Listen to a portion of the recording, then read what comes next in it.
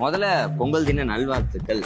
ஆமா பொங்கல் தின நல்வாழ்த்துக்கள். ஆமா பொங்கல் தின நல்வாழ்த்துக்கள். நீங்க மட்டும் முதல்ல பொங்கல் தினம் Oh my God. காமெடி வேண்டாம், நான் சொல்லிட்டேன். நானு காமெடி பண்ணாத. பொங்கல் தின நல்வாழ்த்துக்கள். பொங்கல் தின நல்வாழ்த்துக்கள். இப்ப எப்படி கரெக்டா வருது பாருங்க பாயிண்ட். சொல்லுங்க.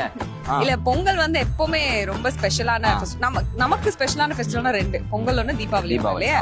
சோ பட் பொங்கலும் வந்து பாத்தீங்கன்னா காலையில எழுந்திரிச்ச உடனே எந்திரிக்கும் போதே அம்மா வந்து வீட்டுல பொங்க வைக்கிறதுக்கு எல்லாம் தயாரா இருக்கும். மொட்டை மாடியில போய் பானை எல்லாம் ரெடி பண்ணி வச்சு ஐ மீன் அந்த மாதிரி ஒரு ட்ரெடிஷனலா ஒரு செட்டப்ல தான் இருக்கும். நம்ம கொஞ்சம் அப்படி டயர்டா ட்ரெடிஷனலா I don't think so. Is it really? Look at me. இது லேடிஸ் கெட்டப்புங்க. நான் நிஜமா கேக்குறேன்.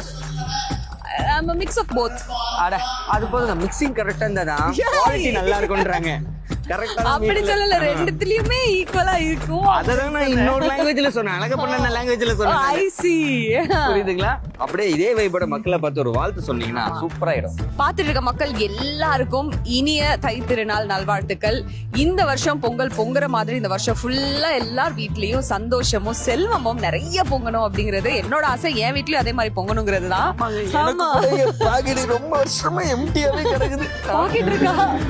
ஓகே, இந்த வருஷம் பாக்கெட் வைக்க முடியாம நீங்க தனியா ஒரு பேக் பேக் வாங்கிட்டு எடுத்து போற மாதிரி இருக்கும். ஆமா, எதுக்கு என்ன அதுல போட்டு தூக்கி அனுப்பவா? அது நீங்க நடந்துக்கிறத பொறுத்து இருக்கு.